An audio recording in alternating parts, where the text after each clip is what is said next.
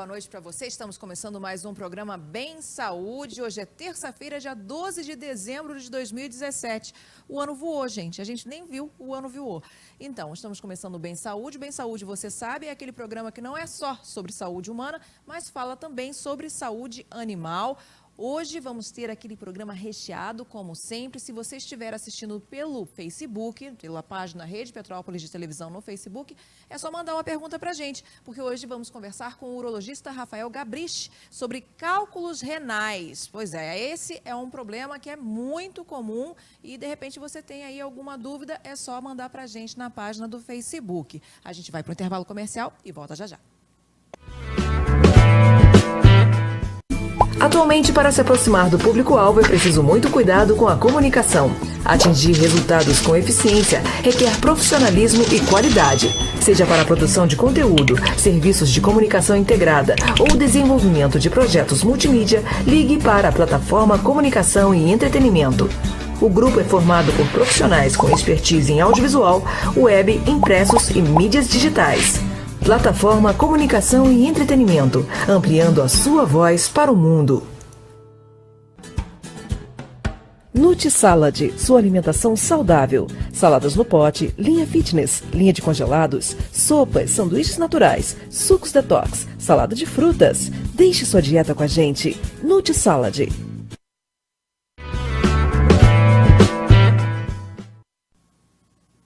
Estamos de volta com o Bem Saúde. O cálculo renal é uma das doenças mais frequentes do trato urinário e é sobre isso que eu converso agora com o urologista Rafael Gabrich. Olá, como vai? Falei certo, Gabrich? Falou certo. Boa noite, seja bem-vindo. Bom, o cálculo renal é comum na mesma proporção para homens e mulheres? Eu queria agradecer a oportunidade de estar aqui no seu programa, falando de uma doença muito incidente, tanto em homens como em mulheres. O cálculo renal são concreções sólidas que são formadas dentro do trato urinário e que causam vários transtornos para a população, sendo mais comum nos homens, principalmente os homens jovens. E tem algum motivo para essa ocorrência assim, mais frequente nos homens? Esses são estudos epidemiológicos. A gente sabe que a formação dos cálculos se dá principalmente pela baixa ingesta hídrica, o excesso de soluto de cristais sem o solvente, que é o líquido, acaba formando os cálculos. Isso dá basicamente pela baixa ingesta hídrica e a alimentação inadequada, né? E há sintomas específicos para o cálculo renal? Além das dores, claro, mas tem outros tipos de sintoma? Sim, os cálculos eles são formados, como eu falei, pela junção de cristais dentro dos rins. E se o cálculo se movimenta e desce pela via urinária para o ureter, ele pode dar a chamada cólica nefrética, que é a crise renal mais popular. Se ele cresce dentro do rim e chega a obstruir a drenagem da urina, ele pode sim, dentro do rim, dar sintomas. E os principais sintomas são dor lombar, que é a dor nas costas, popularmente chamada, e associado a sangramento urinário. Se ele, durante a crise, você pode ter náuseas e vômitos, a náusea popularmente chamada de enjoo, e são sintomas mais comuns, dor lombar, náuseas, vômitos e hematúria, que a gente chama que é o sangramento na urina, né? E é muito mais frequente hoje em dia do que, de repente, na geração dos nossos pais ou dos nossos avós, né? Será que é por conta da nossa alimentação atual? A gente tem que dividir a população que forma cálculo por uma alteração familiar, que tem a alteração do metabolismo que favorece a formação dos cálculos, e os pacientes que formam cálculo, como eu falei, pela baixa ingesta hídrica e pela alimentação inadequada. Com certeza, a alimentação no mundo atual ela é muito mais industrializada, né? E isso leva a aumento da incidência da formação dos cálculos, né? Quando a gente pensa em cálculo renal, a gente acha que só tem um tipo, né? Mas não, tem vários tipos de cálculos, né? Sim, o cálculo mais comum ele é formado por oxalato de cálcio. É um cálculo que você tem um cristal, uma partícula de oxalato que se junta com cálcio.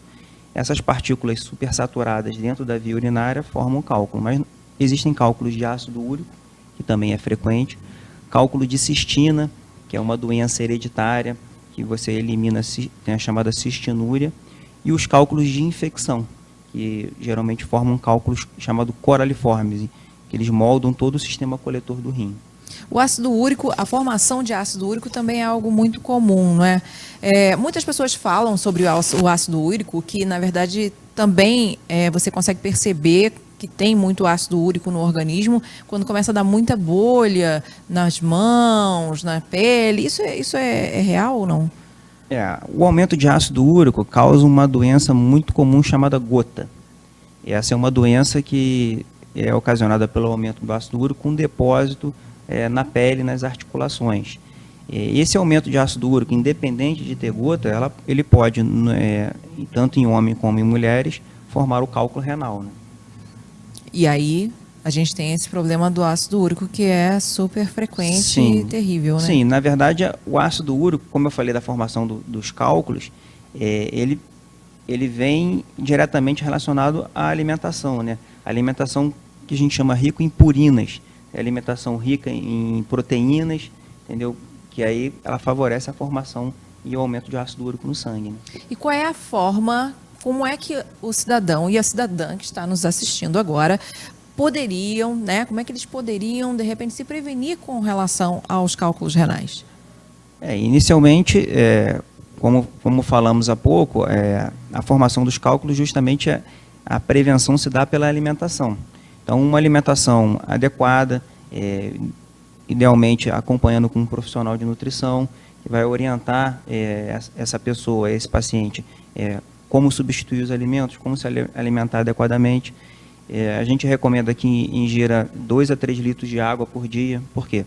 Se você tem essa formação de cristais no organismo, se você bebe bastante água, você dissolve e você elimina esses cristais na urina e evita a formação do cálculo. Então, basicamente, a prevenção dos cálculos é reeducar a alimentação, prevenindo a ingestão de alimentos inadequados e bebendo bastante água, né? Água é fundamental. Bom, a gente vai continuar conversando aqui com o urologista Rafael Gabriche. Se você tiver dúvidas com relação a cálculo renal, manda pra gente na nossa página do Facebook, Rede Petrópolis de Televisão.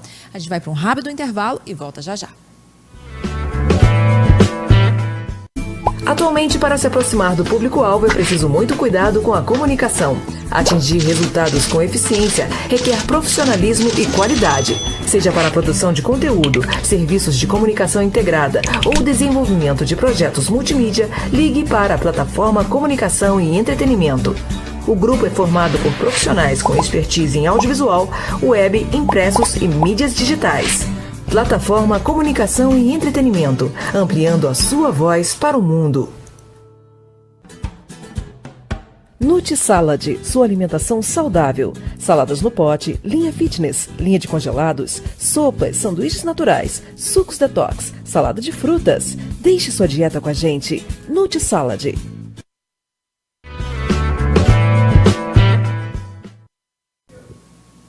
Voltamos com o Bem Saúde, hoje conversando sobre cálculos renais aqui com o urologista Rafael Gabriche. Rafael é assessorado pela Carla Coelho, que levantou uma questão muito interessante. Afinal de contas, quando você fala que as pessoas que precisam prevenir, né, contra o cálculo renal, elas precisam beber água, não é só água no sentido da água mesmo, né? Pode ser outro tipo de líquido. A gente falamos água em geral, mas é muito importante o que eu falei, essa orientação nutricional, principalmente na prevenção de formação dos cálculos, o uso do citrato. O limão é rico em citrato, até 10 vezes mais do que a laranja. Então, é muito comum nós recomendarmos no consultório o paciente ingerir bastante suco de limão, suco de laranja. As mulheres preferem o limão do que a laranja, porque a laranja tem muita caloria, né? Então, é comum as mulheres falarem assim: não, doutor, suco de laranja tem muita caloria, então prefiro o limão. E nós recomendamos, que o limão tem 10 vezes mais citrato do que a laranja, né? Agora, é também importante ressaltar para o pessoal que está em casa, porque às vezes as pessoas acham que é qualquer tipo de líquido. Líquidos como refrigerante, suco de caixinha, esses não são indicados, né? Porque tem muito sódio, não é isso? Justamente. Os sucos em pó, refrigerante, são venenos para o paciente que tem cálculo renal, né? E também farinha de trigo também é um vilão para quem tem cálculo ou não? Na verdade, o cálculo, a principal coisa é o sal, né? a dieta rica em sal a gente chama o churrasco com refrigerante, então é um veneno. Então, o excesso de sódio, todos os alimentos que contêm sódio, hoje os alimentos industrializados têm muito sódio. Então, são alimentos que devem ser evitados. Né? Bom, aí a pessoa foi diagnosticada, às vezes de uma forma muito assustadora, porque tem essa dor, acaba parando no hospital, né, tem que fazer algum tipo de internação. Quais são os tipos de tratamento com relação ao cálculo renal? Hoje, o tratamento do cálculo renal, ele é todo minimamente invasivo, entendeu? Antigamente, um cálculo era necessário uma cirurgia aberta, uma cicatriz grande. Hoje a gente faz o tratamento todo minimamente invasivo, com cirurgias endoscópicas, intrauretrais. A gente sobe pelo ureter, vai no rim, quebra os cálculos com laser. Então, hoje o tratamento está muito moderno, um tratamento menos invasivo. O paciente volta mais precocemente ao trabalho e nem todos os casos têm indicação de cirurgia. Todo caso tem que ser avaliado individualmente e para a gente saber se tem indicação de cirurgia ou um acompanhamento. Agora, aquela pessoa que não liga para nada, ela já foi parar no hospital várias vezes com cálculo renal, mas não faz o tratamento adequado. Assim, essa pessoa, por exemplo, ela corre o risco de ter problemas mais graves com o decorrer do tempo? Sim, os cálculos eles podem causar infecções, eles podem causar obstrução do trato urinário com perda progressiva do parênquima renal.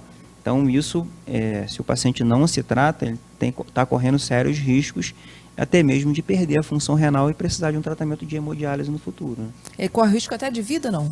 Sim. Então, os cálculos renais associados a infecções, os cálculos obstrutivos associados a infecções, eles podem evoluir com uma infecção mais grave, que a gente chama de sepse urinária, que leva a complicações de 24 a 48 horas, até complicações fatais. Então, é um problema muito sério, que deve ser encarado com seriedade e não pode ser menosprezado pelo paciente. Muito bem. Agora, quem estiver nos assistindo, que quiser saber mais informações, como é que pode entrar em contato? O paciente que está assistindo e queira entrar em contato, pode procurar o atendimento no Hospital Santa Teresa. Nós temos uma equipe completa de médicos, urologistas que atendem, ou no consultório particular.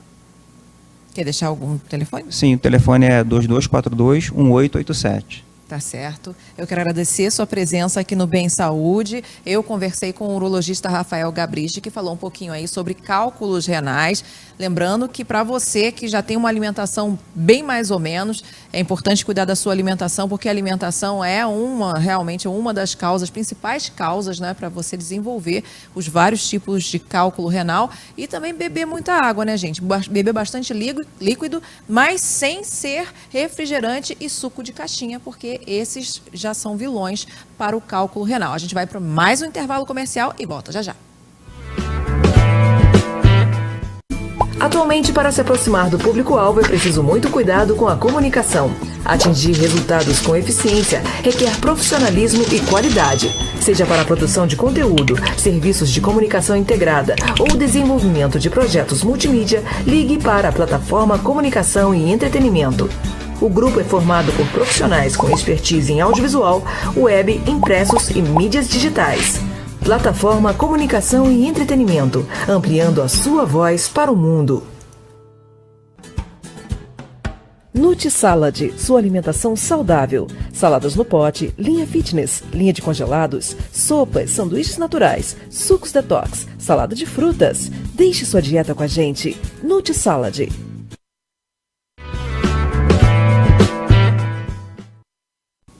Voltamos com o Bem Saúde. Como eu falei no início, o Bem Saúde não fala só sobre saúde humana, mas fala também sobre saúde animal. E agora é hora de Mundo Pet. Solta a vinheta, Thiago.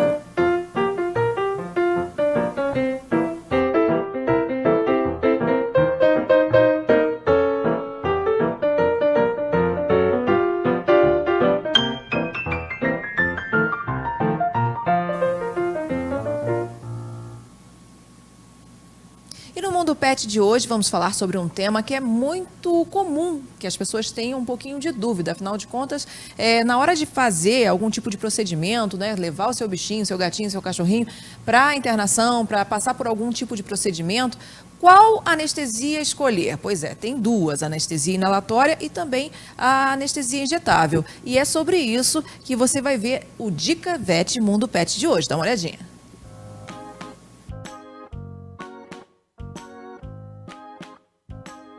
Oi, gente, tudo bem? Estamos com mais um Dicas Vet Mundo Pet. Para você que de repente está pensando em fazer uma cirurgia, infelizmente vai ter que fazer alguma cirurgia, ou felizmente, já que a castração é muito importante para o seu bichinho, saiba que tem dois tipos de anestesia, a anestesia inalatória ou a anestesia injetável. E é sobre isso que eu vou falar agora com o anestesista veterinário Felipe Franco. Olá, como vai? Tudo bem? Tudo bem. Qual é a diferença entre a anestesia injetável e a anestesia inalatória? Vou falar um pouquinho sobre a anestesia volátil ou inalatória, que ela consiste na administração de um gás anestésico. Esse gás anestésico ele é misturado ao oxigênio e fornecido ao paciente. Então tá aí a primeira vantagem da anestesia inalatória em relação à anestesia injetável, que é o fornecimento de oxigênio a 100% para o paciente. Outra vantagem que a gente pode citar é que na anestesia inalatória o anestesista veterinário está presente durante todo o procedimento, fornecendo anestesia propriamente, além de tudo monitorando o paciente. Isso também é muito importante, ele vai monitorar frequência cardíaca, pressão arterial, saturação de oxigênio.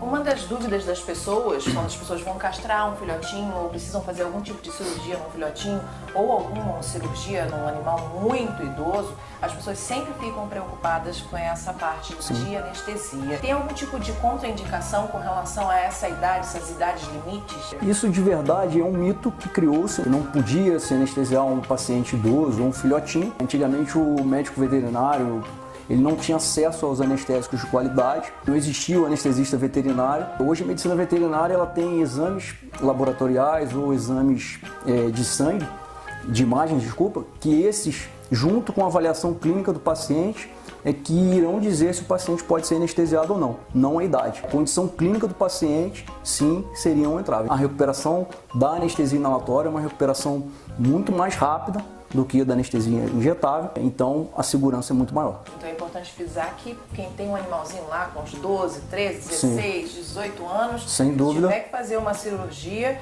o ideal mesmo é utilizar a inalação. Sem dúvida, passar por uma avaliação clínica, fazer exames pré-operatórios e, se houver necessidade mesmo, fazer anestesia inalatória. Uma outra vantagem importante também entre a anestesia inalatória e a anestesia injetável é que na anestesia inalatória, no máximo 1% desse anestésico ele exige a metabolização do paciente, do fígado e do rim. Agora a anestesia injetável, 100% dela exige a metabolização do paciente. Agora a gente fala sobre o pré-operatório e o pós-operatório. O pré-operatório precisa ter algum tipo de preparativo especial para um animal que vai entrar em uma cirurgia com anestesia, e o pós-operatório, né? A gente sabe que a injetável ela tem uma certa demora, alguns animais chegam a ter uma lentidão por umas 24 horas quase, né? Com relação à inalatória, como é que funciona? É rápido o processo de recuperação? Despertar da anestesia inalatória, sem dúvida nenhuma, é muito mais rápido, por aquilo que eu te falei da metabolização. Você depende de 1% no máximo de ser metabolizado, então se terminou o procedimento, você fechou o gás anestésico,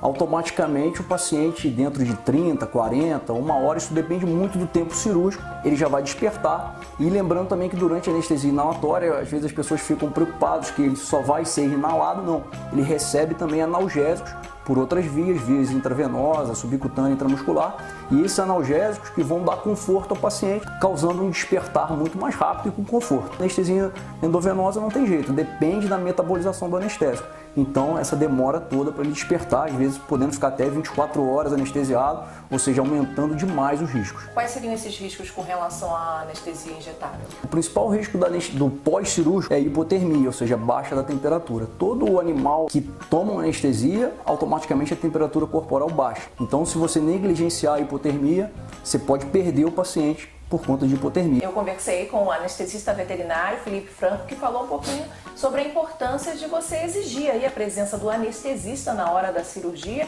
e também sobre a importância da anestesia inalatória, que é um método mais moderno, onde há uma monitoração maior do paciente. Logo mais a gente volta com outras informações do Dicas Vet Mundo Pet. Tchau!